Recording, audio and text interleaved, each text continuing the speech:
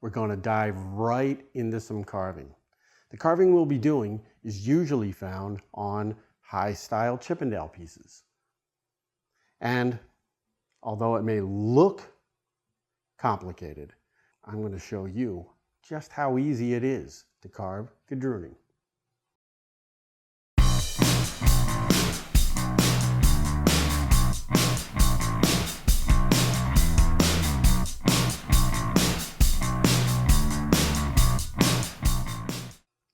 Gadrooning essentially looks like a rippled or rope twisted molding. Most often it is carved from a molding that is applied to tables, chairs, and case pieces.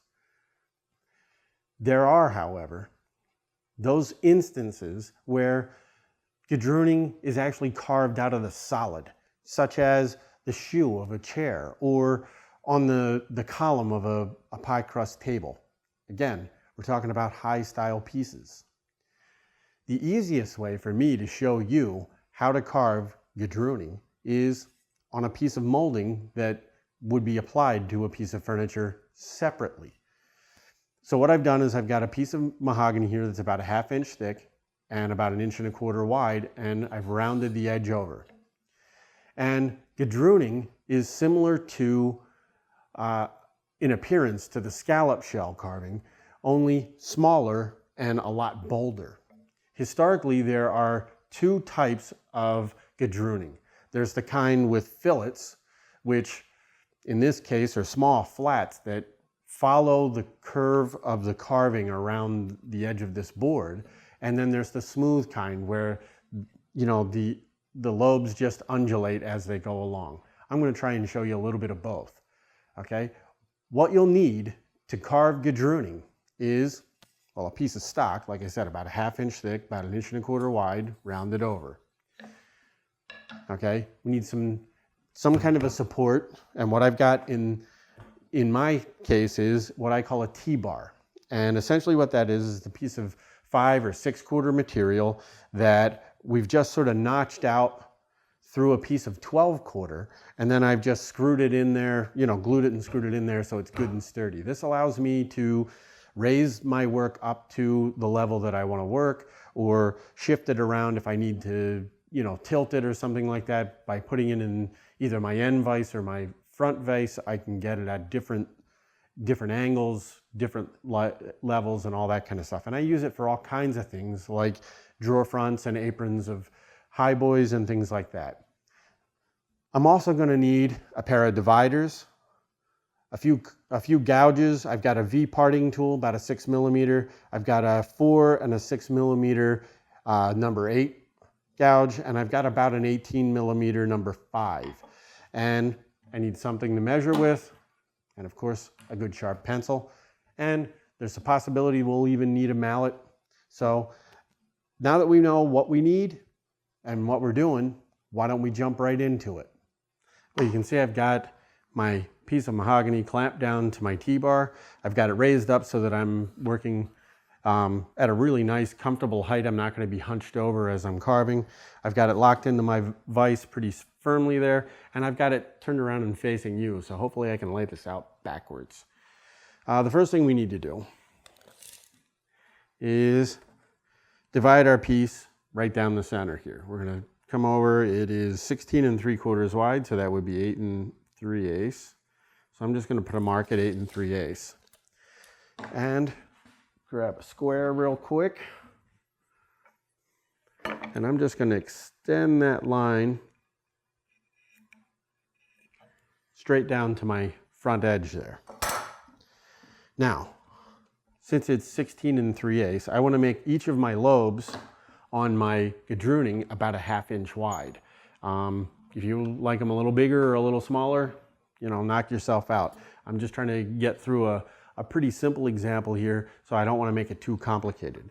And if I make each lobe a 1/2 inch, that means I'm going to get 32 lobes out of my 16-inch board, and I've got 3/4 of an inch left over. So I want my first lobe in the center to be split. So what I'm going to do is come out 3/8 of an inch on either side, 3/8 and 3/8. And what that's going to do and I'm going to have to sort of get around here in the front so that you can see, is this one's going to be a convex lobe right in the middle, and it's going to, as long as I can see it, it's going to curve out sort of in a V shape just like that. At this point, what I want to do is set my dividers. Let's lose that pencil. Too many things, not enough hands. So I'm going to come down and set that right at a 1/2 inch. Get that out of the way. And now what I'm going to do is plot across the bottom every 1/2 inch. And I won't do them all, but we will do a 6 or a dozen, something like that, in each direction. So you can get the idea of what we're doing here.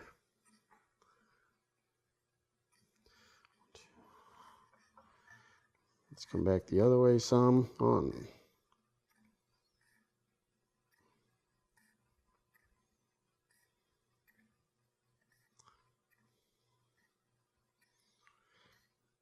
Eight. 3, 4, 5, 6, 7, 8. Got it. All right, now that I've got across my bottom edge done there, what I want to do is work right on the top edge as well. And you can see I'm coming right there is where my edge of my round over bit is. I use a 1/2 inch round over bits on my router table. I just set it up and routed that edge and it came out just absolutely perfect. So now I'm going to go from my center line and put 8 1/2 inch marks in each direction. All right, we'll start with 8 in each direction, and that makes it fairly simple. And we're just going to strike in some rough arcs from one point to the top, and it's just a curve that we want to be relatively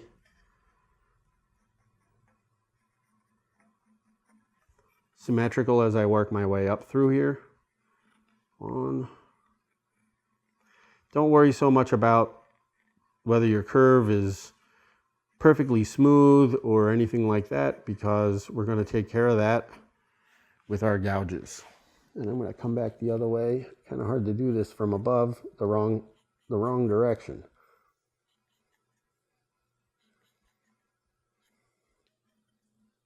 That's it. Okay. So you can see they're sort of radiating out, and if you sort of look at it, it's got sort of that rope twist look to it right now. This is going to be a convex lobe, so that means this one's going to be a hollow, round, hollow, convex, concave, convex, concave, and we're going to go through it that way. So I'm going to start with the filleted style first, which is actually the more difficult version to do. There's 2 ways you can do this. You can take your number 5 gouge, which is about an 18 millimeter sweep, and you can work your way right around like this. That gives you a nice even curve. You see I'm just sort of cutting in at that, start it right at the top point and just tap it around. I was just using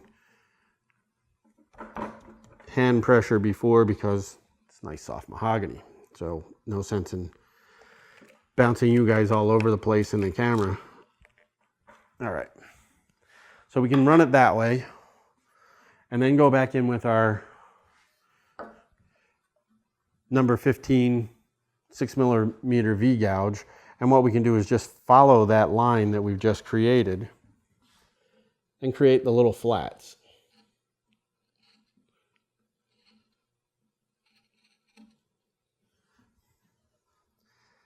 And what you want to do is tilt your V parting tool towards the hollow or the concave lobe. All right. Let me chop out this one on this other side and make this center one convex first.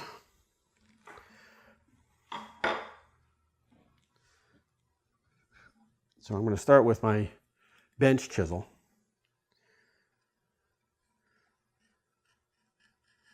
And I'm just going to sort of round that off right down to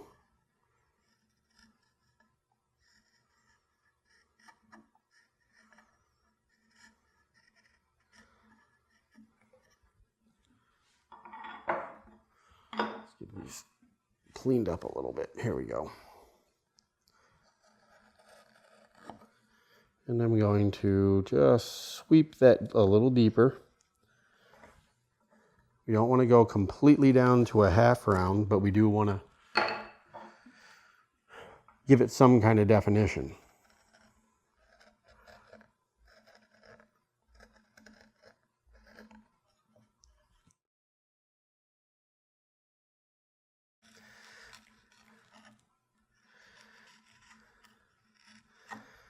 I'm also carving a little higher up than I normally would, but this also helps you see everything that's going on rather than me just carving away here and you're not seeing a thing. So, I mean, that's really what this is about, so that you can see what I'm doing. All right, so I'm going to go back in here and I'm going to put in another fillet into this.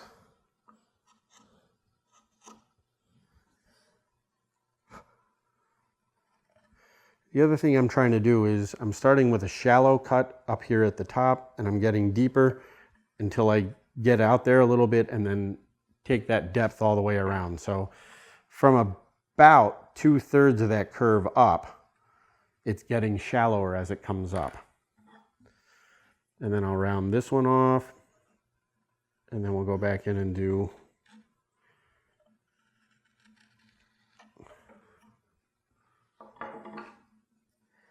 a little bit of the cove.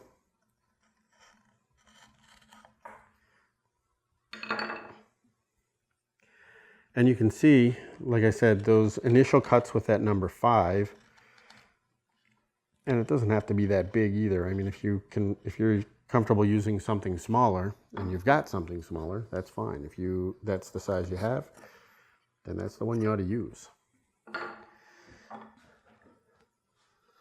All right, so this ought to be fun. I have to come uphill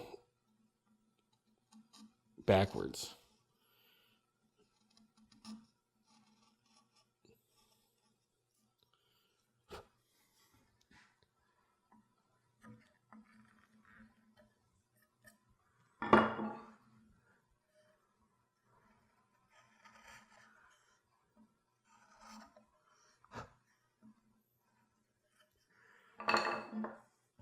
So if you look close, I've got this lobe just about rounded off the way I want. And that would leave me with this lobe to go in here with it's about a 6mm number 8. And I'm going to do the exact same kind of thing. I'm going to taper that up and out back at this corner back here.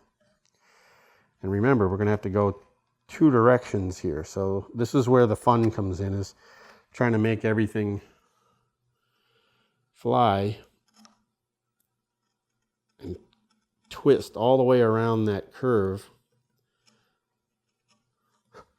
while you do it.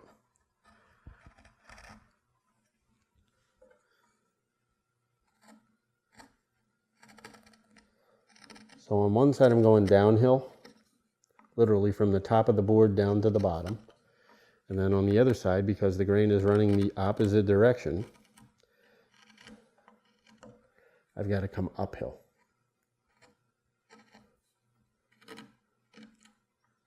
And depending on what you're carving, that may or may not hold true. So, because I can tell you, having done these in Tiger Maple, sometimes the grain just shifts so much that it appears that you have to go uphill when you actually have to go the opposite direction of what you think.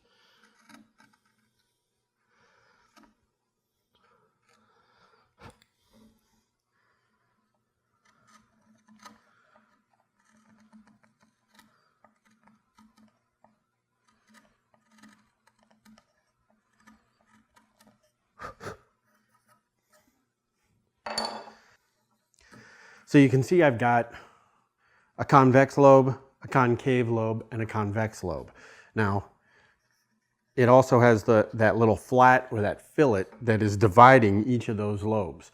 And I told you there were two ways to actually carve this type of gadrooning. And the first was we took that number 5 and we incised that arch right around there and then just followed it with our V parting tool. The other way that I like to carve it is I don't use the first step, which is that number 5 sweep. I start right at this point and I just arc it right down to the bottom. And that way, if my lobes vary a little bit on the arc, it looks like it was hand done. So I'm not all that worried about it. I don't want dramatic change, but you know, I think it saves me a step. So I'm going to carve the rest of this, just running right around here like this.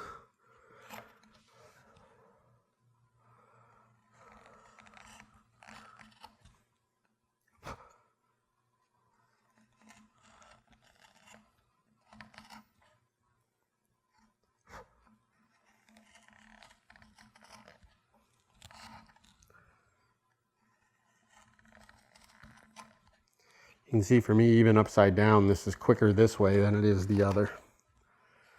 I'm just sort of motoring right along here.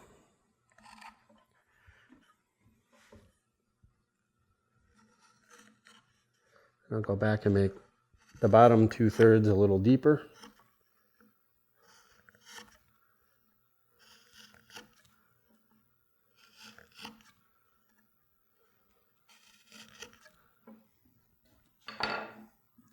And now, just like the scallop shell, I'm going to go back in and carve all my convex lobes first.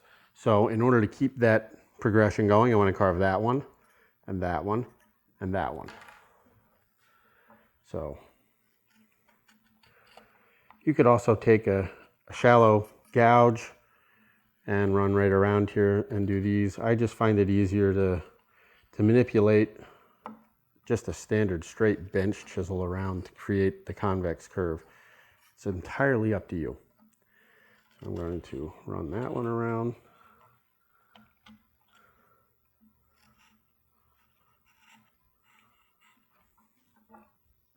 Take my parting tool, get rid of that stuff that's sticking up there. There we go.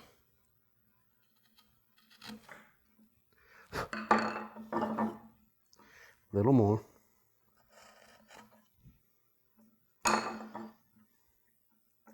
And then hit that last one.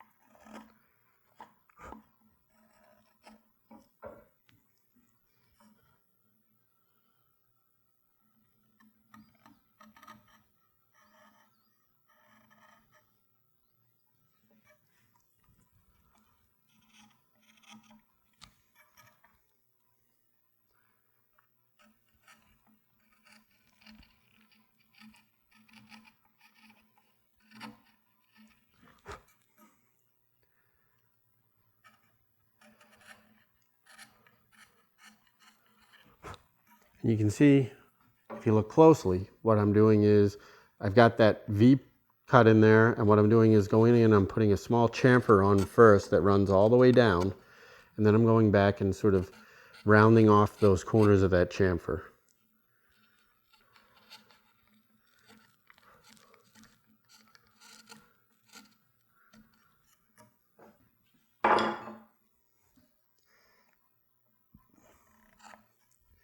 I do not normally carve it upside down like this. I usually have it facing me, and I usually have it tilted a little bit away from me so that I can actually just pull the chisel right around. It's a lot easier.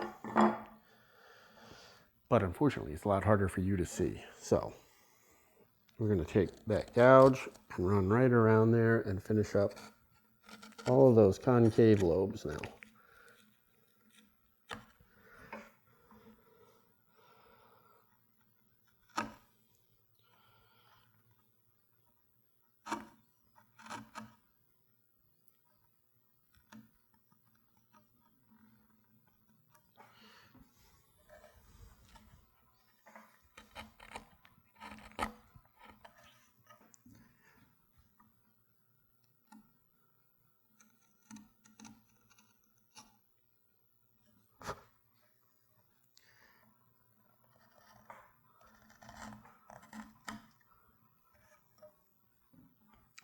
And you can see what I'm doing here is I'm actually starting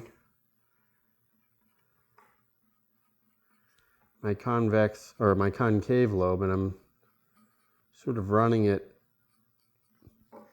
sort of almost in like a teardrop shape as I come up. I'm not actually carving all the way over to this point, and what that does is it makes it look like it's fading out. You can sweep it more or less as you see fit.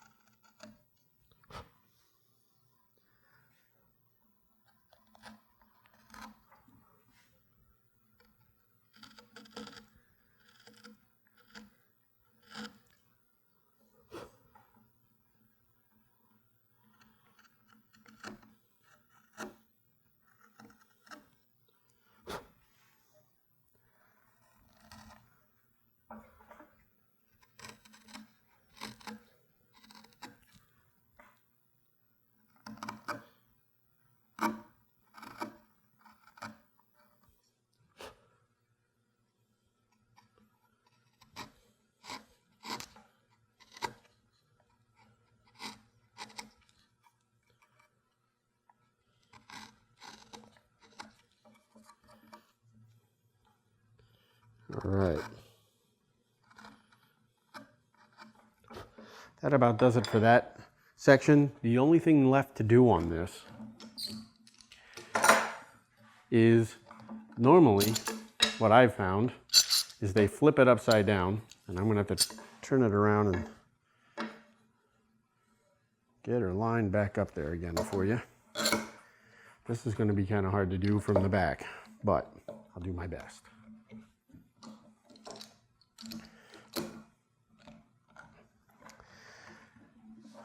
They took, on all those convex lobes, you can see there's a little bit of tear out there on the bottom, and sometimes what they would do to accentuate that, most of the time what they would do to accentuate that,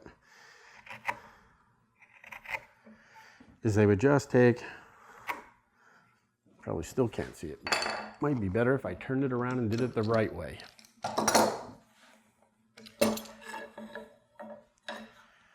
Probably see more without my hands in the way than you can with them. Let's get that on there.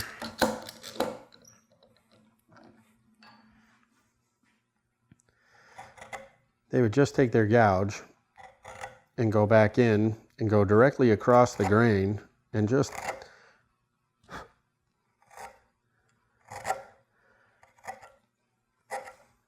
taper out a hollow there.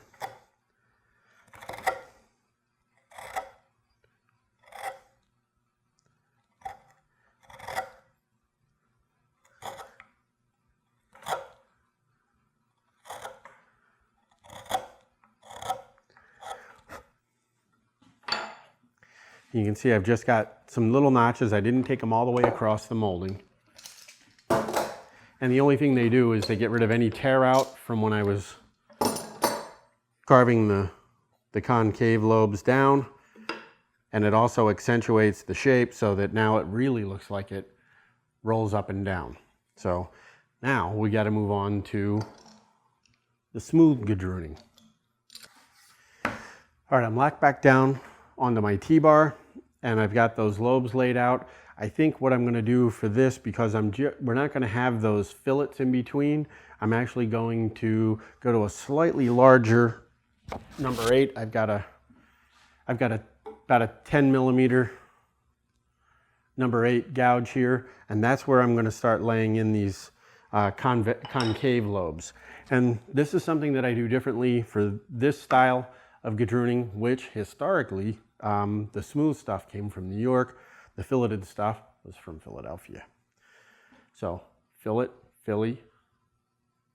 I don't have anything to match up for smooth for New York, so you're just stuck with Philly and fillet. So I've got concave here, so we want this one to be a convex here, concave, concave, whoops, don't mark the wrong one, concave, concave, right? So what we're going to do is just use that big gouge, and we're going to come right in there, and we're going to just start by plowing in. Now I'll leave the fillet on this very center lobe. Normally they wouldn't in New York.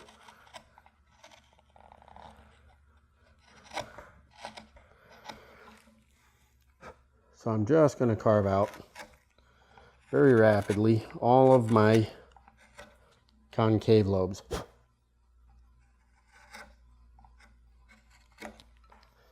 And you can see I'm doing essentially half of each lobe, the half that I can get as I go downhill. Then I can swing back uphill on the opposite side and widen that lobe up, maybe come back in and make it a little deeper. Get that gone. Oop. Good thing we're taking that off.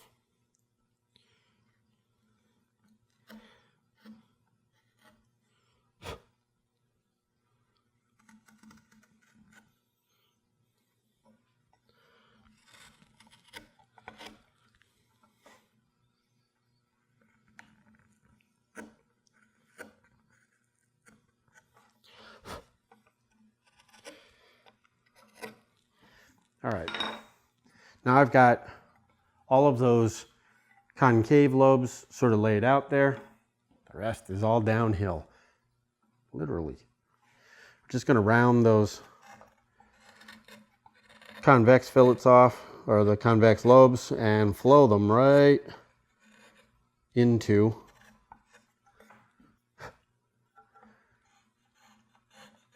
the concave ones.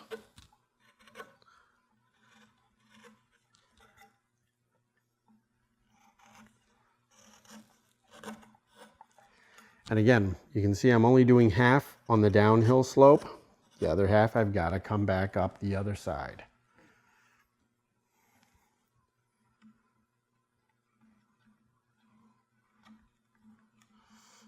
It's hard to judge how deep I'm cutting when I can't see. There we go. It's hard to judge the angle that I'm cutting at, which is usually what I use to control my depth of cut, is the angle of attack. So we'll just try and round those off a little bit. See if I can squeak it over this way and make it a little bit easier for me to. There we go. So now I may go back, and the convex lobes are looking a little large. So what I might do is take my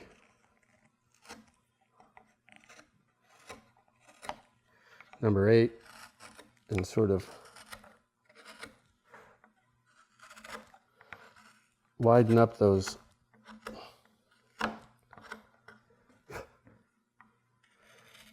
concave lobes a little bit, make the convex lobes just a tiny bit thinner and a little more pronounced. So now I can go back in.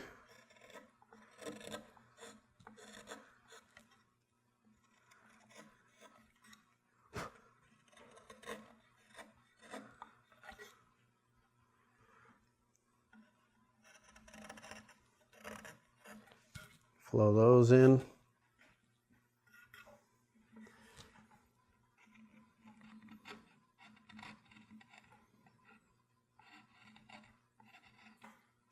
And you can see the New York style gadrooning actually takes a whole lot less time to carve. A little bit of sandpaper and this thing is going to be absolutely perfect.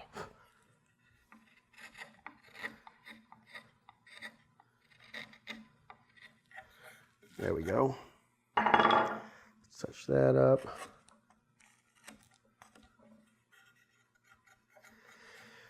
And if you really like that look where we hollowed out the bottom, flip it over and give it a shot.